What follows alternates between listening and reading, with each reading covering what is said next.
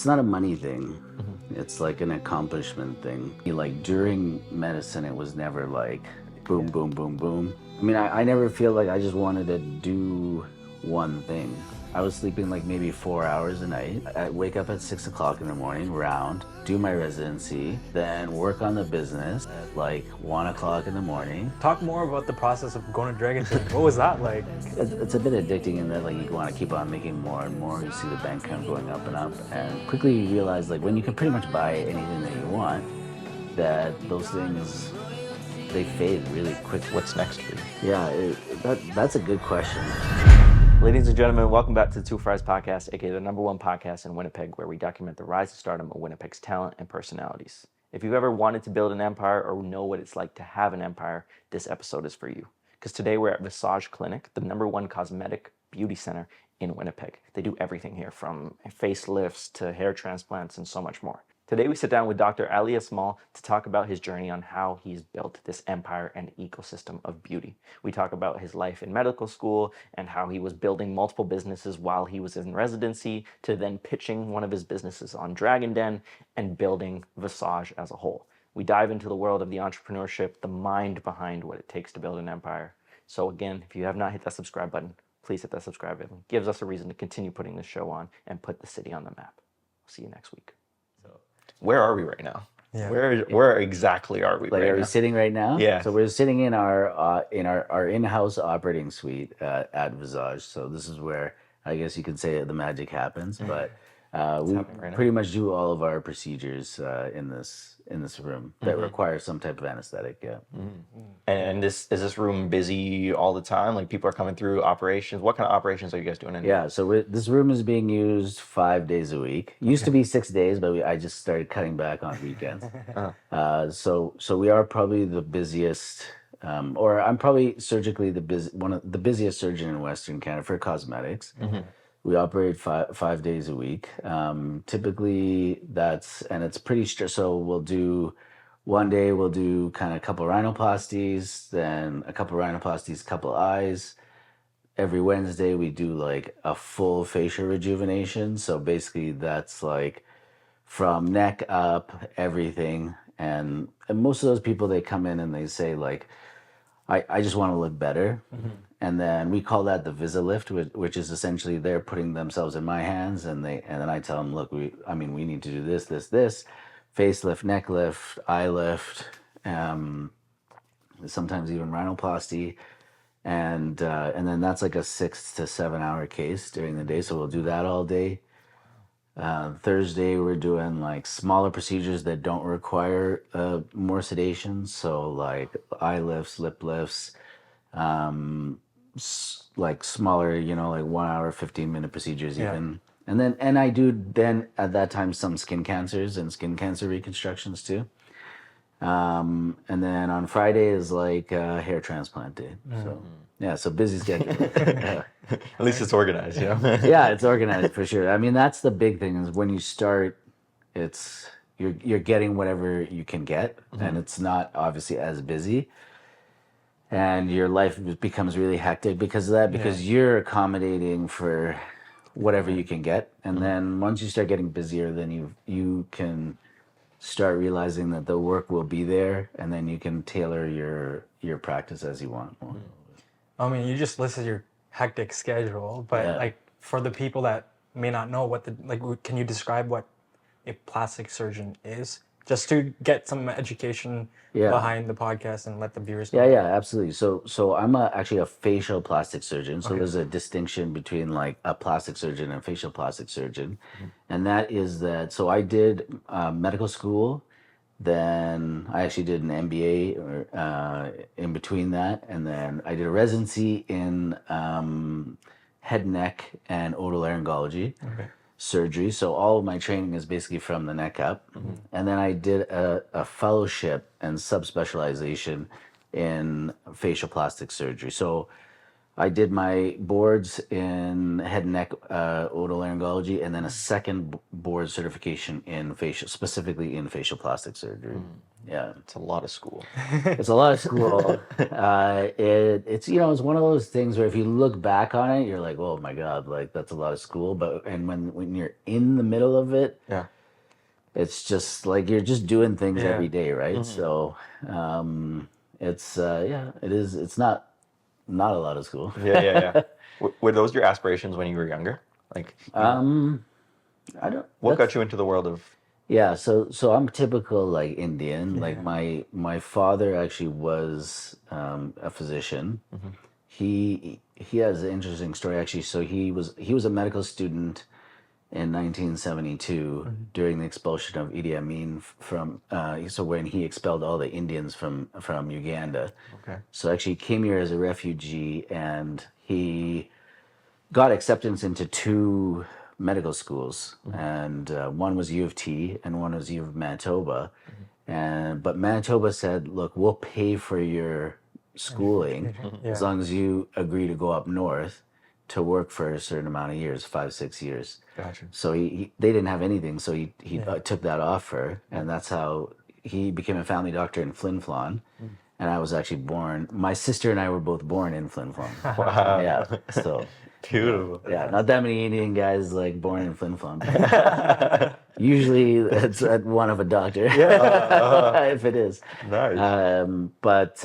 So then, a couple years, and then we moved here in Winnipeg, and we've been here ever since. But and then he did anesthesiology. He then transferred into anesthesiology, and he's my anesthesiologist here in the clinic. So Is that who we met earlier? no. Oh yeah, that's who you met. Yeah. Okay. So he puts them to sleep, and I operate on them. So it's a great That is beautiful. tag team. Yeah, for sure. That's awesome. Did you always have an interest in the medical field? Like, was there ever a chance where you were like, let me try engineering? Because we have the options as engineering, doctor, or lawyer. Right? I know. So it's I actually didn't. When I did my path to medicine was kind of like this. Like I have a lot of friends that are like, high school, and then straight into medicine. Yeah. And they're probably like a couple years ahead of me, but I kind of went like in this sort of a path, which I don't regret for sure. So I finished my first couple of years of university. Then I kind of went through a moment where I was like, I don't know what I want to do. Yeah. Right.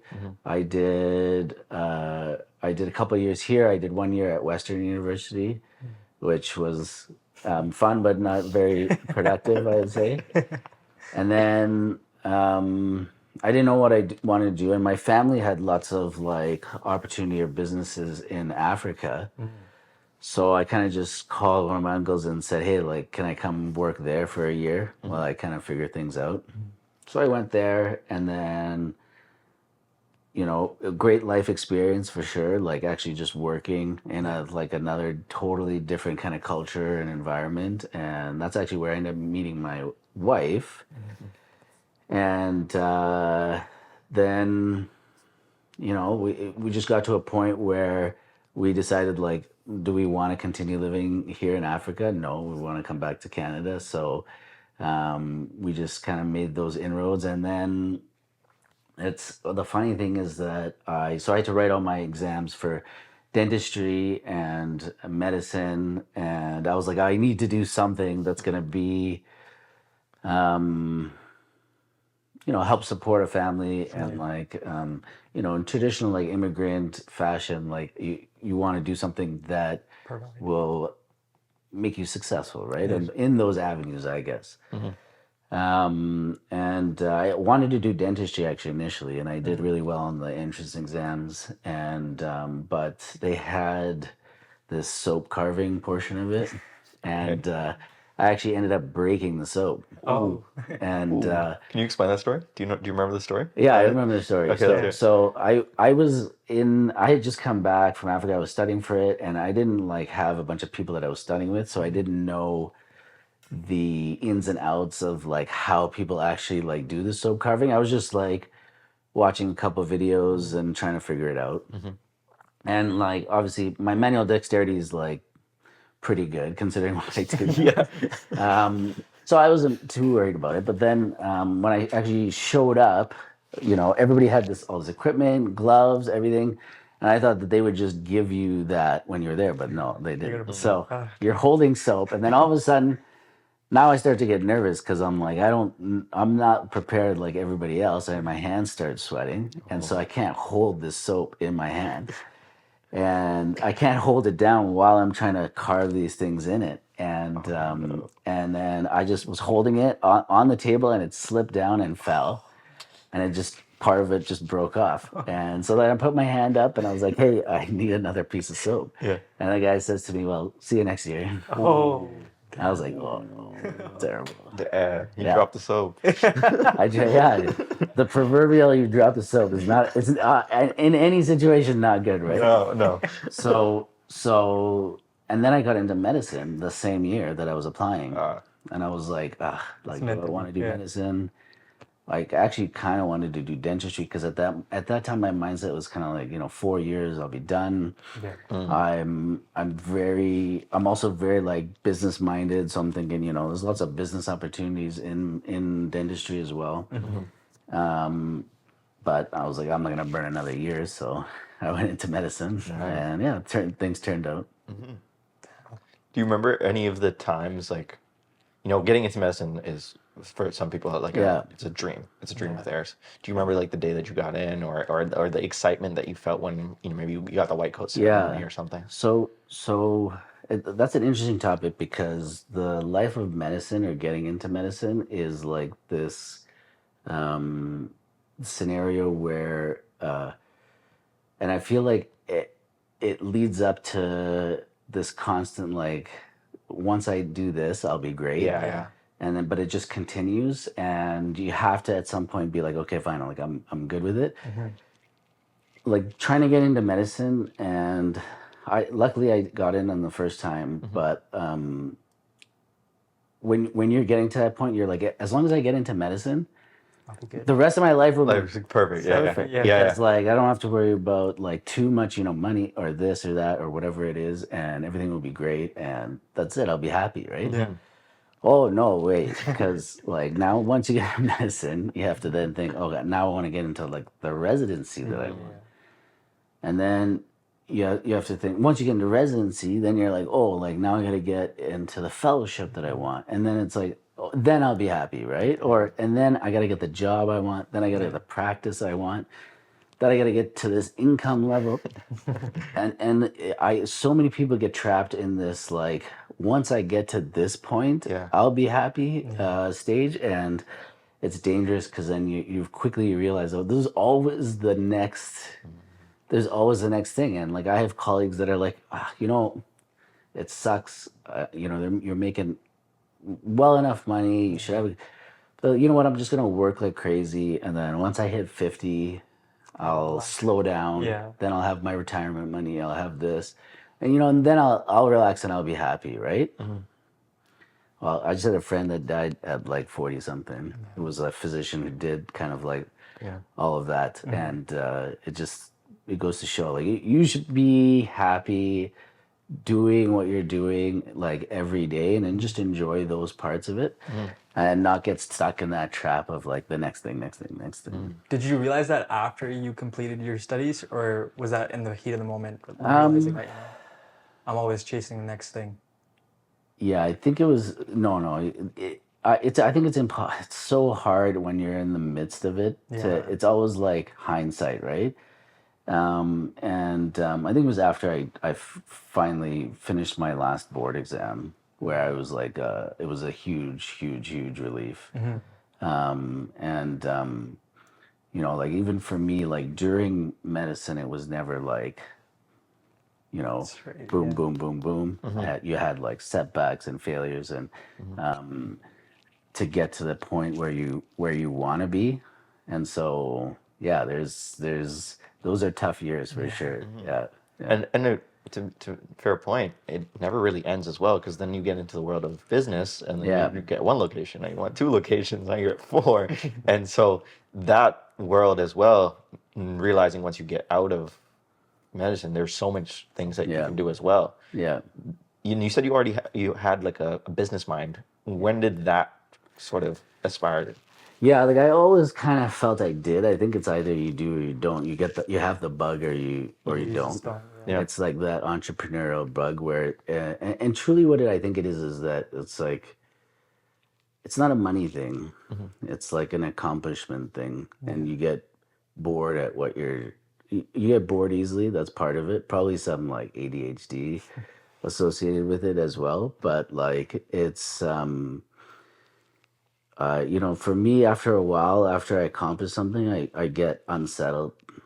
It's the what now moment, right?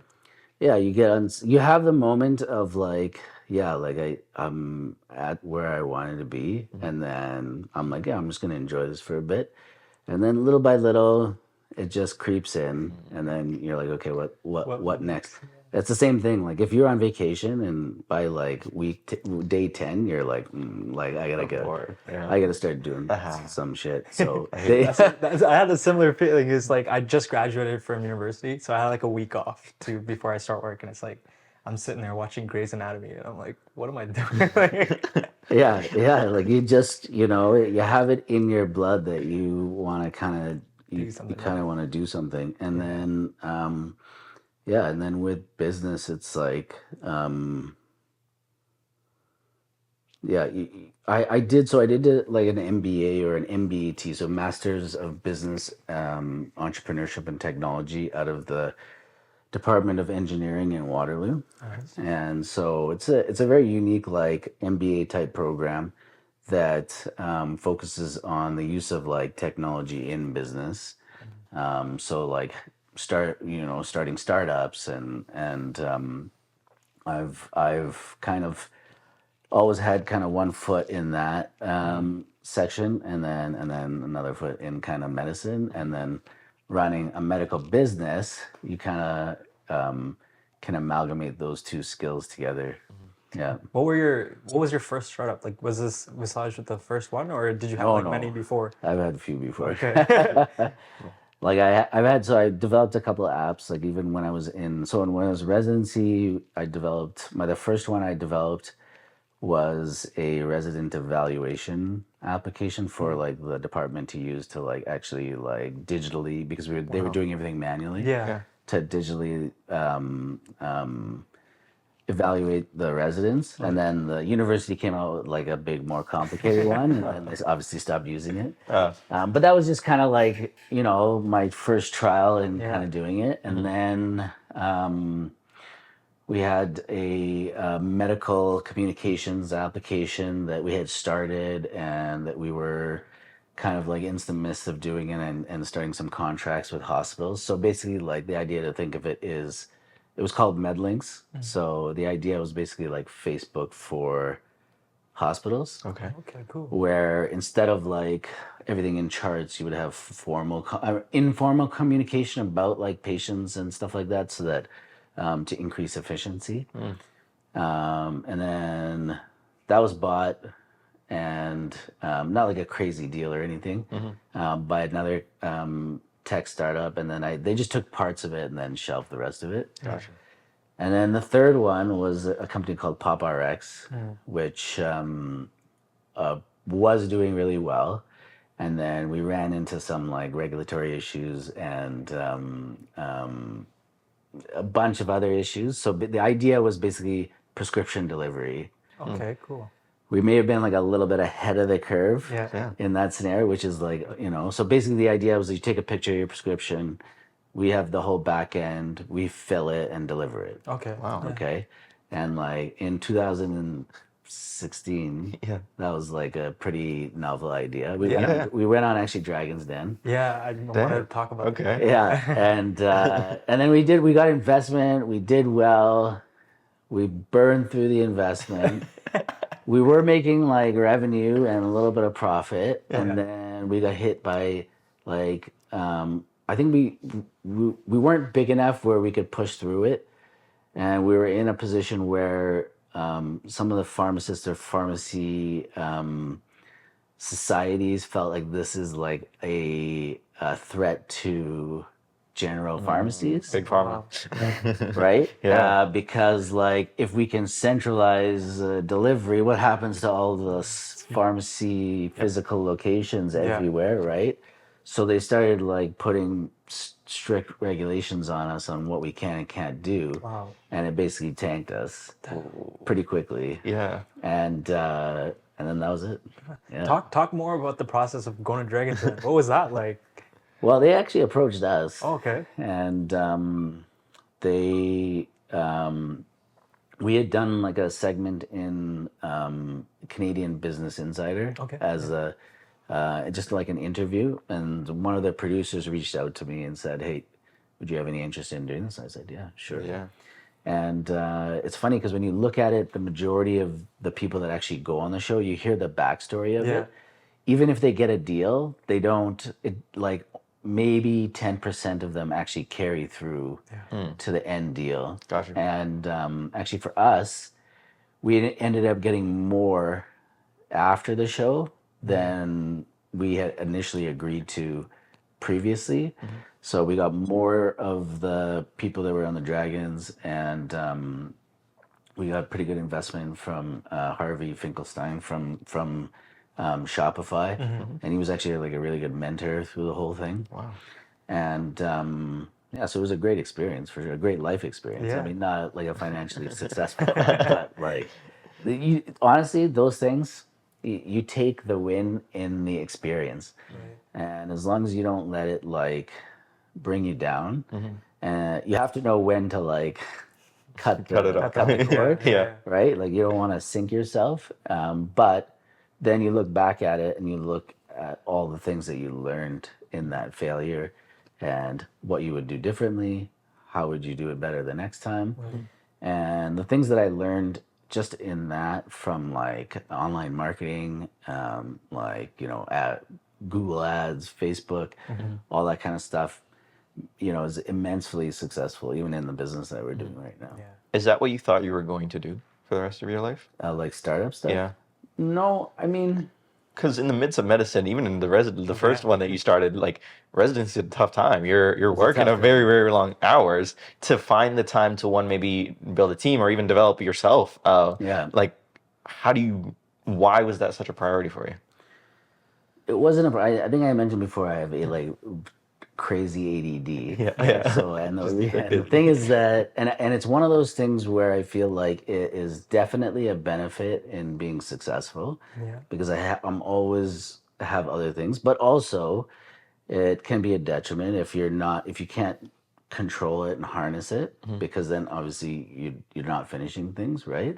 And it's definitely annoying for my wife, for sure. There's this saying is like, if you chase too many rabbits, like you're gonna lose them all, right? And so like that's one thing, is like you're already living someone's dream of being in a residency, right? And so why go the route of like, investing in your startup and like, taking the time that you could be sleeping, and now you're staying up to like 4 o'clock in the morning, maybe just developing this app. Like, I was doing it, and actually, you do lose a little bit on both sides. My program director sometimes was not very happy with me, and I did end up not doing as well on some things as I would have. But like, it's a balance, right? So for me, my life philosophy is that you only live once.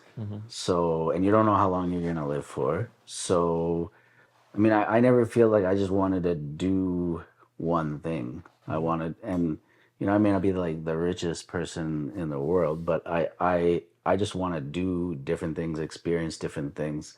Like, even as a successful surgeon, my wife and our plan is like, maybe we'll work hard, we'll do this for another 10 years. And then, and this is very like kid age dependent too, right? But then, we'll move on to something else, like a different chapter, right? Like a different adventure, a different part of our life.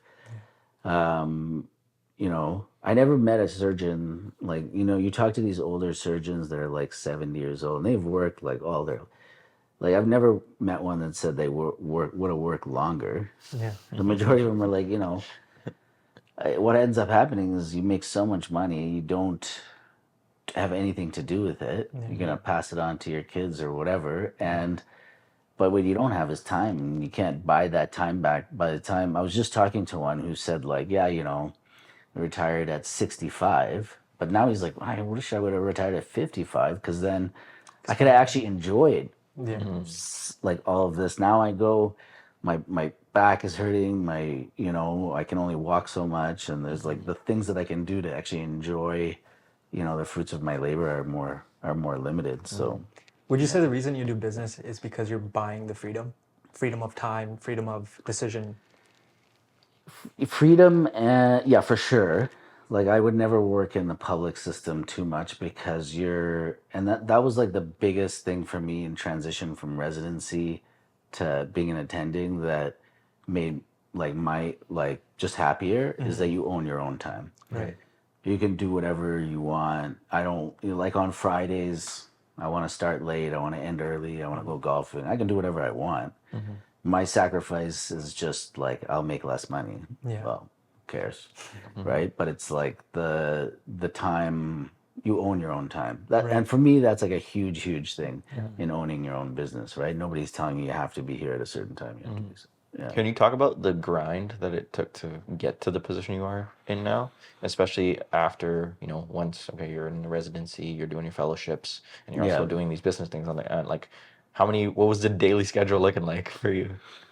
Yeah, it was like, it's, yeah, it was an intent. I don't think I could do that now at my age. It's more difficult, and things are kind of more flow for me right now. But during that time, it was like, yeah, I mean those movies you see where people are like on coffee and like we're and up till 1 o'clock in the morning. Like I would go to residency, I wake up at 6 o'clock in the morning, round, do my residency, come back, do a little bit of studying, then work on the business. I'd be having calls to like India at like 1 o'clock in the morning with developers. Yeah. And and that was like I was sleeping like maybe 4 hours a night, and then in between we had kids, and it's like that's where it becomes like only manageable if you have like an amazing partner who one believes in you, that you're not just like an idiot, and so that they're gonna be a partner, and they're gonna bear that weight for you, so that and they have the belief in you that you're gonna get them to the other side of it, and to be successful, and then that's how you do it. But it's not just that I was like super burnt out by the time I finished my fellowship. I felt like I was like burned out, and it probably took me like a year to recover. But yeah, Was it worth it? It's worth it. Yeah, it's worth it. It's if it is. I mean, yeah, it's definitely worth it. Like sacrificing your 20s for your late 30s, the 40s, right? Like, yeah, part of it was too that like I was married young, so I got married when I was 21. She was 18, and and it wasn't like an arranged marriage. It was just by chance, like it was the one. It's a longer story, but yeah, in that, like, and I had a good partner and a good relationship, so I wasn't out partying too much or doing anything like from that perspective, and so yeah, I was just working. Yeah, that's beautiful. I admire. Yeah, it's not for everybody. No, yeah. It's like now you're enjoying the fruits of your labor, right? You get you get to go golfing whenever you want. You get to be a top surgeon, and you own 4 locations. Like that's the fruits of your labor. What does that feel like? Yeah, like it's good. The thing about so when you originally start getting a considerable amount of money, it's a bit addicting in that like you want to keep on making more and more. You see the bank kind of going up and up, and then you start buying the things that you always wanted, and then quickly you realize like when you can pretty much buy anything that you want, that those things, they fade really quickly. I mean, the only thing that I would say that I really have bought and then felt like I didn't that I wasn't bored of, or that like it was probably a waste of money, is the house. So where you live, where your kids live, that's like a great investment, and you spend so much time there. But like, cars, all that kind of stuff. What'd you buy? Yeah, what are your What'd you buy? What did I buy? What? Like when you get your money, like what'd you spend? What's Where do I spend it? Yeah, what'd you? I just invested. Like pretty much 90% of my income gets invested into different things. Nice. Into the business. Into like more traditional investments. And that kind of stuff. Yeah. But did you have like your dream purchases that you were able to fulfill? Like for example, mine's like a Rolex or something like that. Yeah. Right? Like it's Well, for my 40th birthday, I bought my watch. This Hey. was my Grail watch, and so it was good to fulfill that. Because it was something that I wanted from when I first started. Kind of the journey. It was like that thing that I felt like, oh, if I make it, then that's something that I'm gonna buy for myself. Yeah. And it seems like unattainable. And actually, when I could buy it, I was like, really need it, I can buy it, but it's a lot of money to spend on a watch. Yeah. Because you get in that scenario. But my wife kind of pushed me to be like, yeah, just do it. Don't be like, don't be silly about it. But I mean that's kind of it. Yeah. I was watching a Will Smith interview yesterday, and he mentioned a similar sort of aspect where everyone has like a rock bottom where like things are going horribly and they just got to like work and grind out of it. Yeah. And then on the opposite side, there's a cliff top where you're at the top, you're able to afford, you're able to live the life that you've always dreamed of, but you're at a cliff. And so then you make a decision of where do you go next? And that's another scenario. Do you have a example of maybe what a rock bottom was for you, and then also what a cliff top was when you felt like the top of the world? Yeah. Well, I've had a few kind of maybe like bottoms, and like in going through medicine, like I always tell my kids like I'm the biggest failure that you've met, in that like I've failed so many times, and the only reason that I'm more successful than any of my other peers is that I'm maybe because I've had those failures, and then the key part is just getting up and going forward. So when I originally got into medicine, so like I mentioned that year at Western, so that wasn't a very good year for my GPA and that whole scenario, right? It's a different world. Right, yeah. So, and that, those things stick on your record. Anyway, so when I went in, so I got into medicine, it was fine.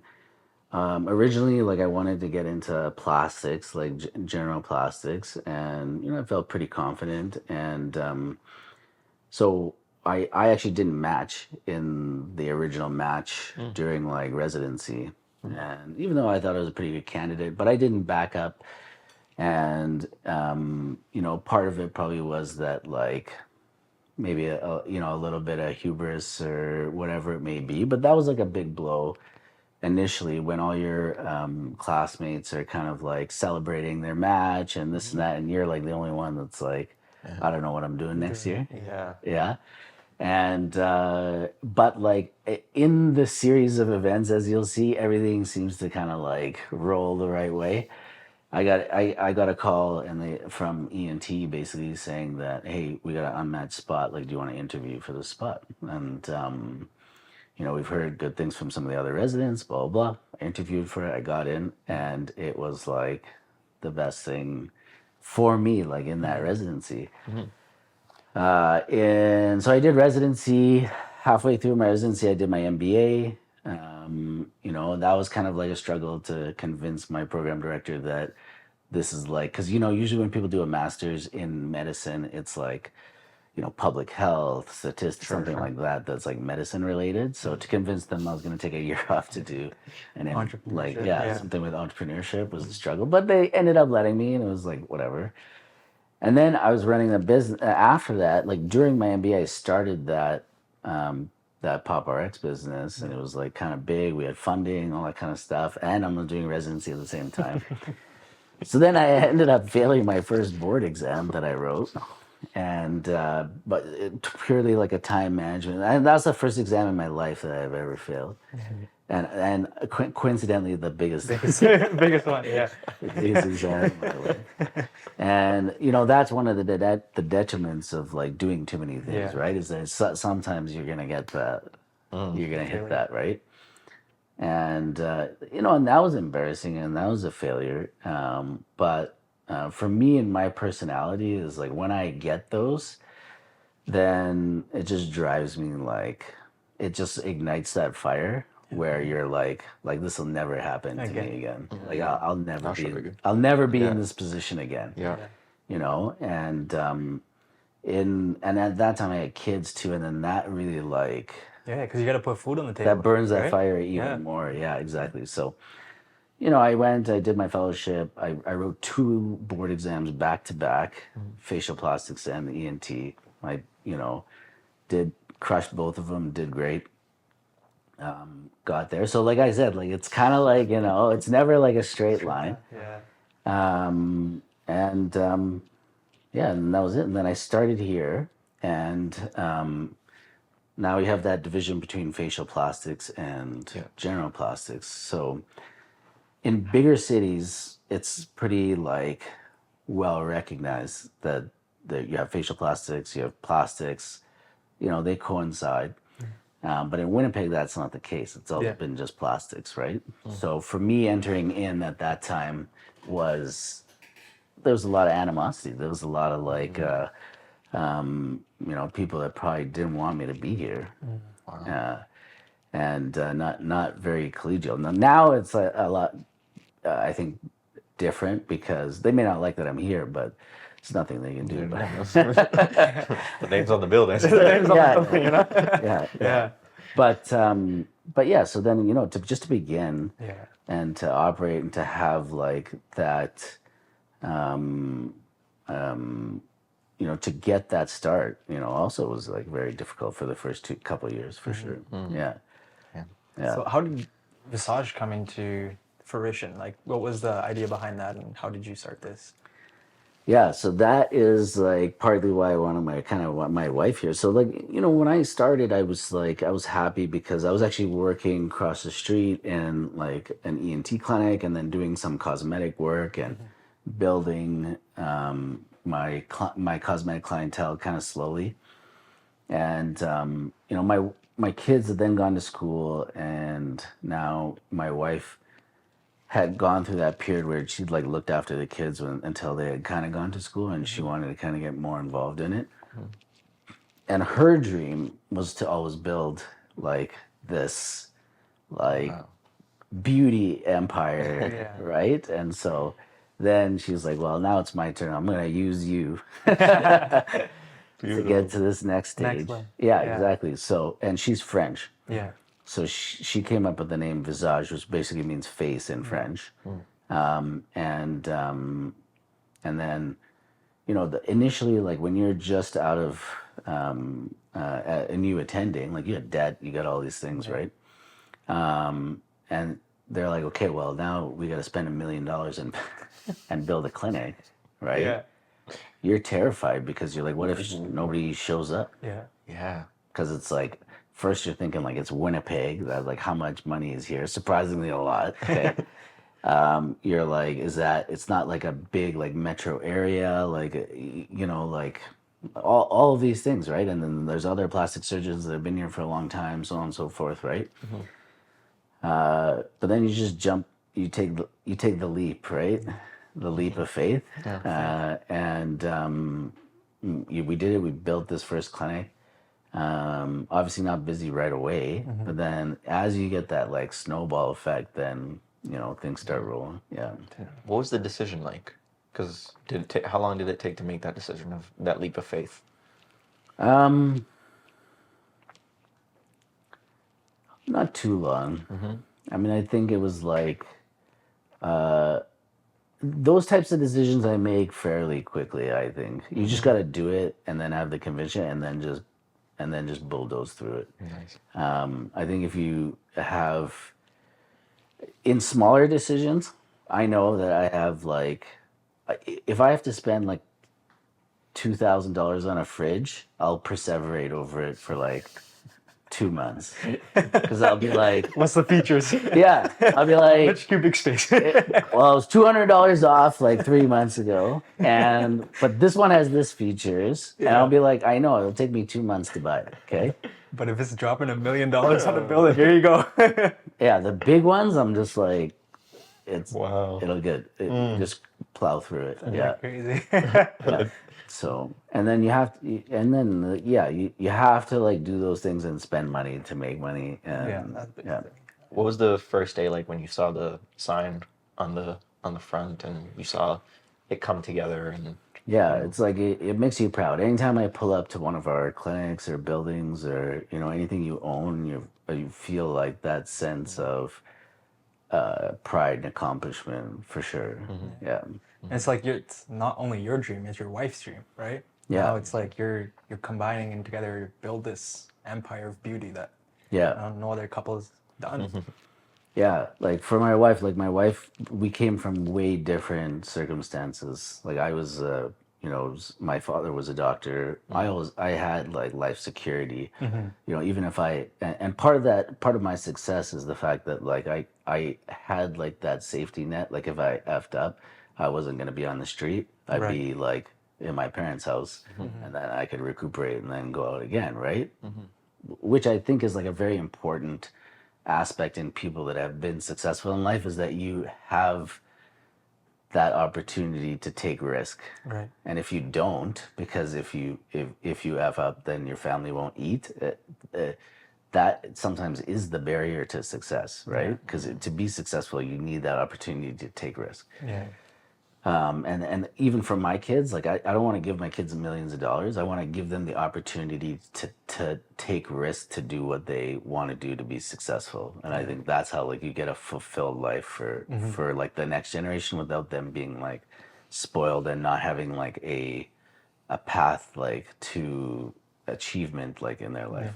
That's one thing that we always talk about is like, we want kids in the future, and when we get everything that we want to accomplish in this life, how do we instill those values in our kids? Like, not make them spoiled brats, but teach them the value of like connection and hard work. Like, how do you teach that to your kids? Yeah, it's tough, but at the same time, like once you're 2 generations removed from being an immigrant, you see like it always becomes more difficult because you're always more you're further from that struggle of like that what was like needed to be done. Like, but, like my wife, both her parents died when she was younger. She really didn't have much. She struggled like most of her life, and so like passing those things on to her kids is like what I think is that important part where they realize that like to keep you grounded into like this is like a fantasy life. Like this is not what most people live. And then we go back to Africa and they see how like the rest of the family lives, all that, it makes I think that like keeps you grounded. It keeps you, and the other thing is not spoiling them. So like, yes, like everything they get, they have to understand, like this is mom and dad. This is what mom and dad have done to achieve this. And everything we do, we're working is to achieve this. And you are going to have to go out and do that for yourself. Like we'll help you, we'll give you opportunity, okay, but we don't give you handouts on anything. That's the biggest thing is like people think like I go by this philosophy. I read this book called Die with Zero. I don't know if you guys have ever heard it before, but essentially the philosophy is that you set aside a certain amount for your kids that you think they're going to need to like survive and like that their future is like gonna be okay, and then you set aside for retirement and then you kind of spend the rest, right? And the idea behind that is that like I've never seen kids who are left a ton of money who knew that they were gonna get a ton of money when they got older, who were like not just successful but happy, because they usually go through life like aimlessly without like a goal, right? And without that drive. And the important thing and the thing that you realize is that part of being happy in life is having a purpose. And you see that with like older people when they retire, is that like when they just retire and do nothing, they're not happy. They wither away. They actually die very soon after they lose their purpose, right? And same thing with people that are like handed money or you win the lottery or all those things. I mean, none of those are recipes for happiness. That's for sure. Yeah. Are you happy? Yeah, I'm happy. Yeah. Yeah. I'm in a stage where I very like I know what makes me happy. The things that I do or the things that I spend money on are things that improve my happiness or my quality of life. We travel 4 or 5 times a year easily, and I have a good like work-life balance. So yeah, like you said, there's times where like you're not, and it's very difficult. It's easy to say like, oh, you could have been happy during that time, but sometimes it's it's difficult not to be. But yeah, I am. Yeah. What about your purpose? Now that you've reached this point and you're Yeah. saying you need a drive to go, what's next? What's next for you? Yeah, I think my purpose is, yeah, that's a good question. And actually, the funny thing is like, so every night I go to put my kid to sleep, my son, who's he's a bit of a different cat too. So, but he asks me a question every night, like a different question, but not like they're like introspective questions, right? And so yeah, he asked me actually, what do you want to achieve next? Wow. And I said, it's a weird question because I'm in a space right now where we've done. I don't need more money. Yeah. I at a point where really like I was just having this conversation actually last night where it's like you make a certain amount where it's like you can pretty much buy like anything reasonably that you want, and sports cars, nice house, this that, and I can't go buy like a private jet or like a yacht or something. I'm not at that level, right? So you're like at this level where it's like You have enough. in limbo, right? Yeah. And then if I make like one or two, three more $1 million a year, it doesn't make any difference. It's just gonna go into an account, right? And so it's like, do I want to kill myself? Do I want to work harder? I'm at the point now where it's like I actually just cut my practice back by 20% because I'm like, if you're that extra money for how much harder I'm working, it makes zero difference in my quality of life. And I'm actually probably better and happier cutting that 20% out and making like, a million and a half less a year. I didn't even think about it. It's an easy decision. And that's kind of like at the balance. But what's the next thing? I mean, the next thing will be like I do want to build a business. And part of what I love about owning the business is empowering and making the lives of my employees better. So I think if you ask anybody about like the Visage employee and experience, so like I don't know anybody else that's done it, but like so far I've taken my entire staff to Italy for 2 weeks. So we did like a tour. My manager's brother was getting married, and she was like, I need to take 2 weeks to go off to Italy. And I was like, oh, yeah, we should come. And she's like, yeah, you guys should come. So I said, all right, let's go. So I think we took like 14, 15. Wow. And then just last March, one of my original injectors got married, and she was having a destination wedding in Mexico.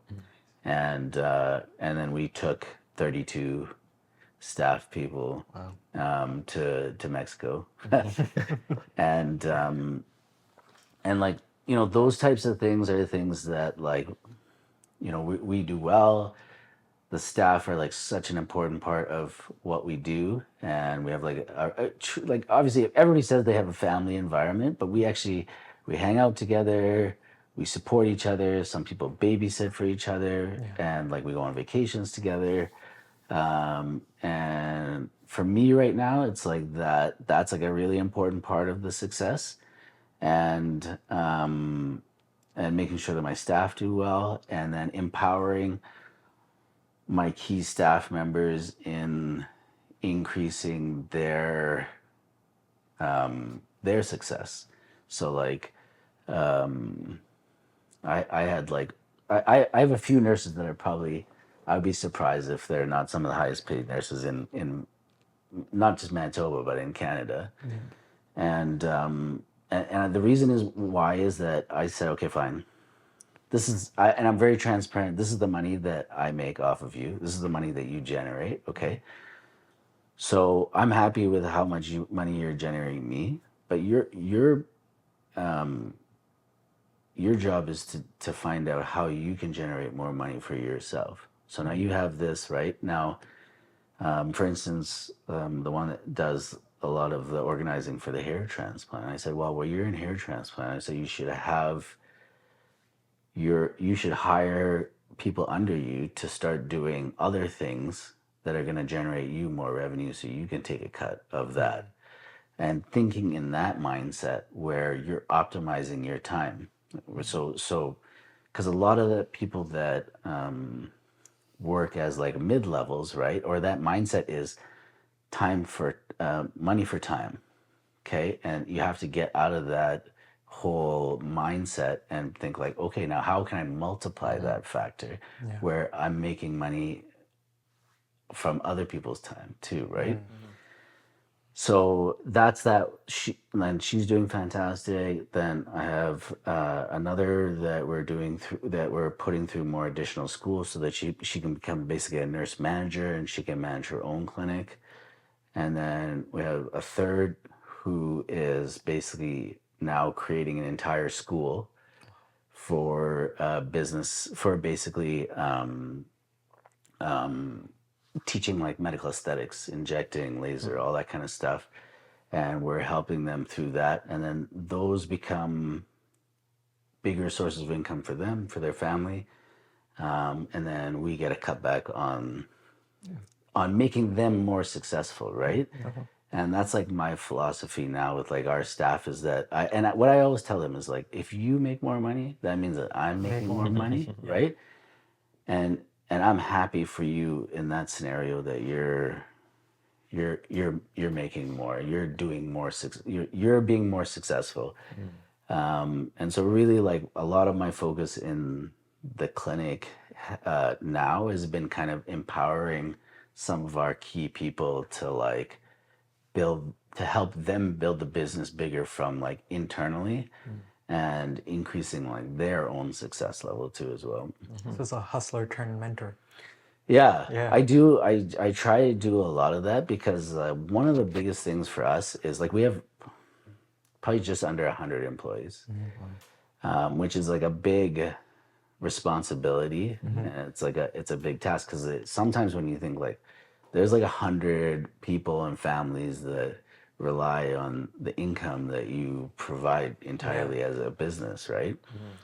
But then within that too, I've really like part of my purpose has been really trying to empower them to make more because I always have patience. Like I don't do a lot of HR because I'm not like a tactful person when it comes to those conversations.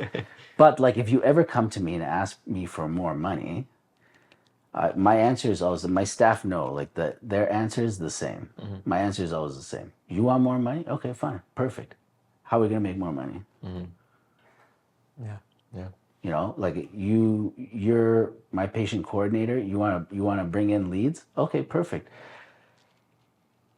I could pay you more money if you increase my bottom line. So all you have to do is not come to me and ask for more money. You got to come to me and say, hey, look, I think we can do this, which will increase the amount of consults or the amount of surgeries that we're getting in.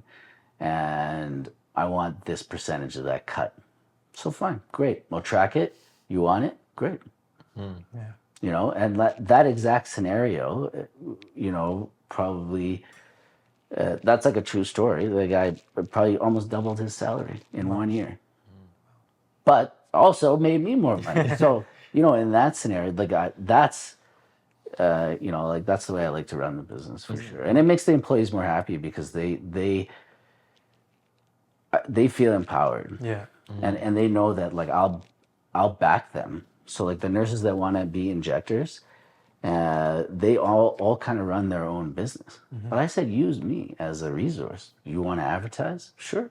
I was like, We just got to look at what the numbers are, and what's our cost per acquisition, all that kind of stuff. But yeah, sure, create the content, do the advertising, and again, you got more customers coming in, you make more money, I make more money. Perfect. Where did you learn this style of leadership, or is this just something that just came naturally? I mean, through the business for sure, through the business for sure. But like, I mean, I think it's.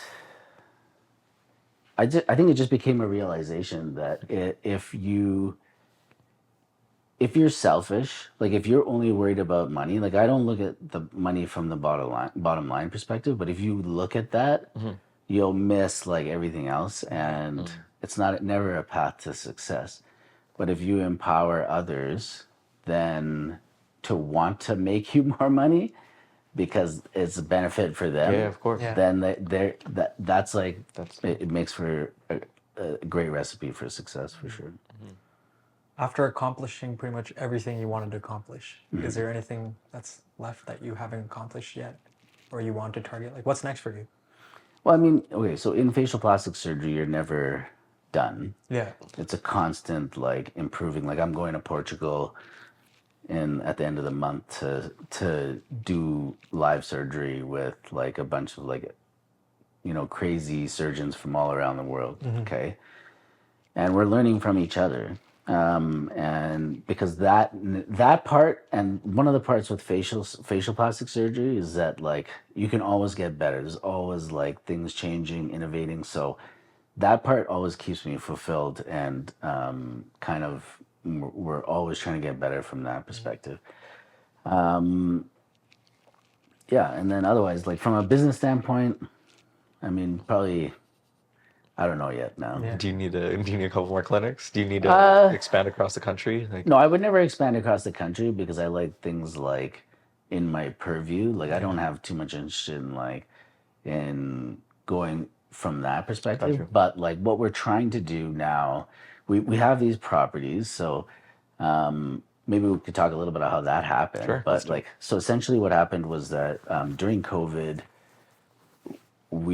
I saw an opportunity where there are these businesses that are low profit margin, right? And when you're not working and your expenses are high, it goes for a bad situation. So we contacted a few places and was like, basically like, hey, things not great. If you have an interest in selling, just let us know. We got a lot of people that were kind of like, we're getting subsidies, blah, blah, blah, everything's fine. And then we got to start getting a lot of calls back after those things stopped, right? Because now we got back to the real world. Yeah. And we got a lot of good opportunities to buy good businesses with good staff, good people, where we strategically felt we could create, and the whole idea was that we're going to create an ecosystem. Okay, so now we have the surgery, we have the heavy aesthetic stuff, but like, how do we build that ecosystem where we have like, so we have City Looks Salon, which is like, it's low cost, high volume. Now you have all these clientele that are coming in every day, right? Now, how do we upsell that into the ecosystem where we have the hairdressers talking about, oh yeah, you should get Botox, maybe you should think about getting filler, or you're thinning. Yeah. You should look at our scalp treatments and where that ecosystem filters up to the top to surgery, right? So you go from like a haircut to a little bit of filler to a $30,000 facelift, right? Yeah. And that's kind of like the whole idea is that we create it where, and the dream and what we're trying to do is anything you need for beauty, you can find within the Visage ecosystem. And with the school that we're developing too, it's the same thing from a training perspective because we have all of these properties and we have pretty much anything to do with beauty within our ecosystem. We can not only train you, but then we can also place you, give you work experience in that scenario. So I feel like it's a great tie-in and fit. And so like that's the overall arching goal is to create that kind of beauty ecosystem for Winnipeg. Yeah. And be the kings of the beauty industry. Do you have people saying, no, you can't do that? Like you mentioned, there was some animosity of you coming here and like doing stuff here. Is there people that will look and be like, no, like, don't do that. Like that's it. Or are you separate? Or is there competition or what's the landscape looking like in Winnipeg for that? Yeah, I mean, I don't like the word competition. Like Okay. I don't have competition. It's like there's other people kind of doing the same thing, but like I learned a long time. Like looking at competition is a losing game because it's like why do you want to be doing what they're doing? You should be doing the next thing, right? Yeah. And so, I mean, I just do my own thing. Yeah. I have this vision in my head, and my wife and I kind of just like are enacting what we see that vision as, and then, you know, if anybody else can do it better, then I mean, props to them for sure. Yeah. Of course. From all the failures, you know, failed apps, failed exams, to where you are now, what does that feel like? Yeah, it feels good. In like in an inner peace perspective that like, you know, you've that nobody can really say that you're a failure. Like that, even though you've failed so much, right? Like if somebody was like, oh yeah, remember that time you failed that exam, or remember the time you like, you know, didn't match to that thing or whatever. Like, I mean, I remember when I had 4 scores. yeah, like that's the thing is that like they can't take anything away from you. You just you and that is the whole thing about keeping on going, because if you let that define you, then you are that loser, right? Like you're the loser that they're saying. Yeah. But if you keep on going and you just push through it, then you can't let that you don't let that define you. You use it as like the fuel to like, you know, crush everybody else. So it's a similar quote to what I learned from Alex Ramosi. He's like, they're right 99% of the time until they're wrong that 1%. Right? Yeah. Do you have a story from opening this place or any of your locations that like stands out that was maybe a key defining moment in Visage? Finding the moment? Or a key defining moment? Yeah, key defining moment. Yeah. So for sure in Visage, our biggest turning point from the surgical perspective was during COVID, everything was shutting down, and everybody was scared because they were like, we don't know what's going to happen. Like, a world is going to end. Yeah. Like, we have a crazy overhead, you know, thousands of dollars a month, like staff, everything. Yeah. And we can't operate. Yeah. It's going to be months. It's going to be who knows what, right? And so initially, the knee-jerk reaction is like, you got to stop the bleeding. And this is like, and we had just been open for a year. So it's like, we're like barely profitable at this point. And then you're like, oh, like, I'm looking at the month, I'm like, I'm going to lose like $150K in 1 month. Like, it's serious. And so then your automatic gut like reaction is like, turn off the taps. Because you're like, I gotta stop advertising, I stop this, I gotta like lay off staff, I gotta do this, you know. And I was just sitting in bed at night being like, okay, well, and then I heard from a couple other surgeons and stuff like that from all over being like, yeah, like we've shut everything down. Like we're done, right? Like we're trying to like slow the bleeding as much as possible. And then I was thinking, well, hey, I was like, if everybody shut their shit off and everybody's sitting at home, probably on their phone, Let me start advertising. I'm like, maybe this is the fucking opportunity. So I said, you know what? I told my wife, I was like, I'm gonna spend more money. So I said, like, I'm open up the war chest, and we tripled our advertising and our content creation like online to the customers, because we're like, maybe this is like that like blue ocean like Yeah. opportunity where like everybody's scared. Like we were in Africa, right? When we were working there, and the one thing I learned there is that the time to make money is when everybody is scared. And like you go in after war and this and whatever, there's like that's where people make their millions of dollars because there's like everything's gone but people still need stuff, right? And all of my uncles, everything, that's how they made their money. They went into like big wars, all that stuff happens. They walk in, they're the first people in there, they make money. And I was like, this is that opportunity. And so we pounded it. Like just put like tons of money into advertising. And we were like getting responses, and we built like this crazy wait list for like surgery and and then when we opened up, we were like booked for like 6-7 months. Wow. And we just took off from there, and then we've never looked back since. In terms of advertising, you're talking like social media or Yeah, like both. Facebook? Yeah, Google, Yeah. social, a lot of Everything. social media. Yeah. Yeah, and we were advertising from like everywhere, all over the West Coast. Yeah. Yeah, and even up until today, probably like a quarter of our patients come from not from Winnipeg.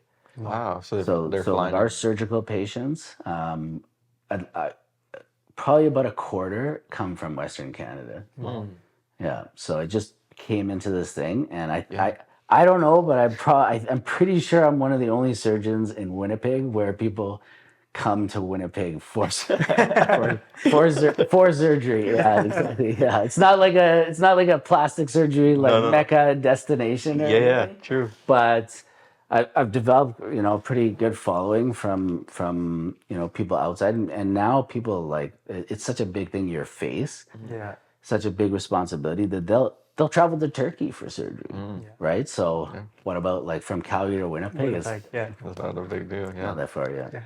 Wow. What about the difference between like, we're in Winnipeg, but let's say if the similar thing was happening down in the States, do you think there'd be a drastic difference there? Just maybe volume of people and the market?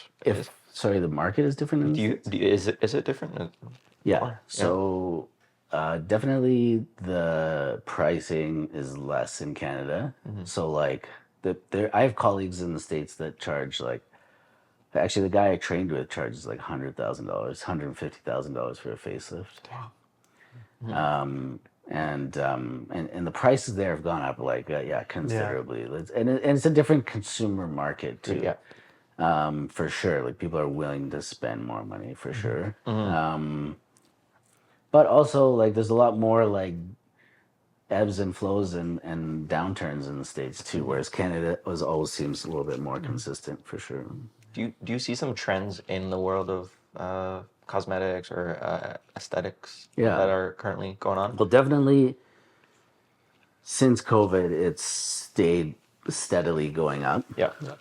Initially, they called it the Zoom boom, which is people seeing themselves more on camera, and then seeing kind of like their flaw, and then wanting to change things, right? But for sure, social media has changed that too as well. So and then so there's more people wanting to come in for cosmetic surgery.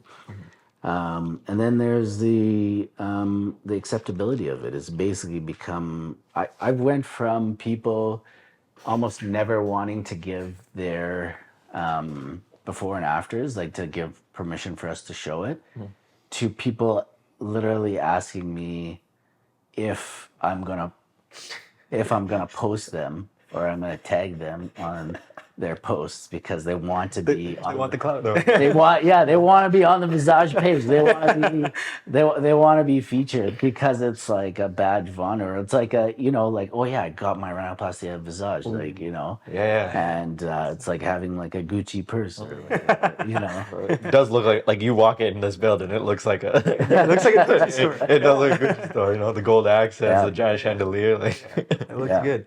So like that, the whole culture around it has changed because it's become so acceptable, right?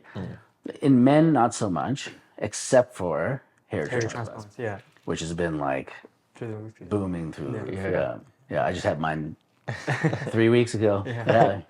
So that's why my hair is all shaped. Talk about that, like for on the men's side, like ourselves. Yeah. What do you see in terms of like a lot of it's able to be done here, right? Like, Yeah. and then there's the boom in Turkey as well, and Yeah. things going on there. Like Turkey is huge. I mean, I've been to Turkey now twice. No, once. I'm going actually again in September. Well, I've been twice, but only once for surgery. Okay. To visit like surgeons there. They have like amazing surgeons there. But the thing that people don't realize is that like so the surgeons that I'm going to visit, because like they're phenomenal surgeons, like they're charging more than me for rhinoplasty. Like these guys they're charging like 15 to 20,000 euros for rhinoplasty. So it's not cheap. So that there are really cheap surgeons in Turkey, but you're getting what you're paying for. You're going to the top guys. You're paying. Like it's not that those days are over. Yeah. okay. Because now they realize like they're famous. Like the people want to come to see them and they will pay. And so they're not charging cheap. They're not charging cheap rates, right? And the same hair transplant, a little bit different, but like, and that's part of the reason why, like, even for us for hair transplant, we actually look at like the top clinics in Turkey, and then we work back from there, and we're like, okay, so now like let's calculate flight, hotel, time, all that kind of stuff, and we actually price our transplant to like be reasonably close to that, because from that perspective, there's less artistry in hair transplant. It's like once you get really good at it, then the playing field is pretty kind of Okay. level, right? Yeah. And there's lots of clinics in Turkey that are really good at it, right? So our value proposition is, look, we're amazing at hair transplant. We're great. We have all the best technology. We'll give you great results, but you still have to compete in price. Okay. When it comes to like facelift or rhinoplasty, I don't have to compete on price because I could compete on results. Results. Yeah. So like, it's $30,000 for a facelift. Well, I mean, if you look at my results, I'd never have people that complain about it. And honestly, the people that come see me, they're not blinking an eye at that cost. Partly they know that they could go to the States and pay 100 to 70,000 for a similar result, right? But you're coming for the artist. You're coming for the result.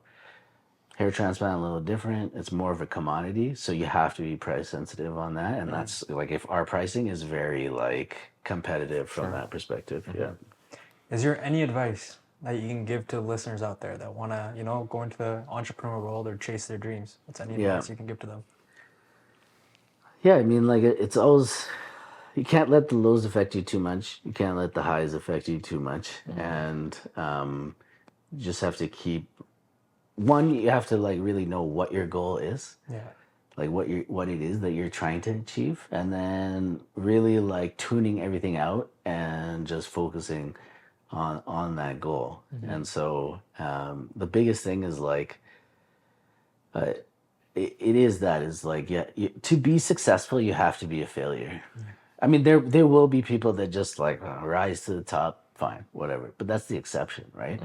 To be successful you have to be a failure, which means that you have to be able to take that failure and not like internalize it and just like deal with it quickly, move on, boom, right? And then to the next thing. And that's I've seen so many people, that's the key to success. And that differentiates, and I tell my kids the same thing.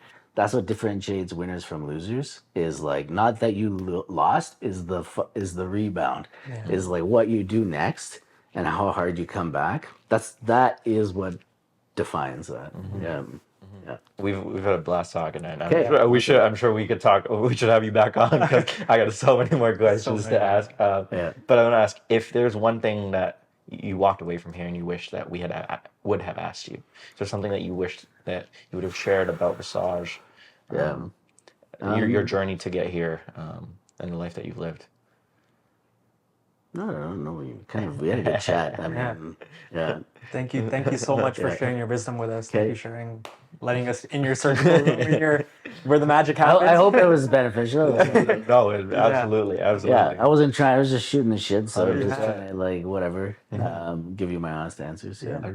I appreciate that. We appreciate that. Thank you so much. Yeah, and if you haven't already, check out Dr. Ellie Esmail. We'll tag everything in the description below. Come get a facelift, come get a hair transplant. If you want anything aesthetically, this is a spot to be. And until next time, we'll catch you later. Peace. All right. All right. Thank you so much. Bro, that was awesome.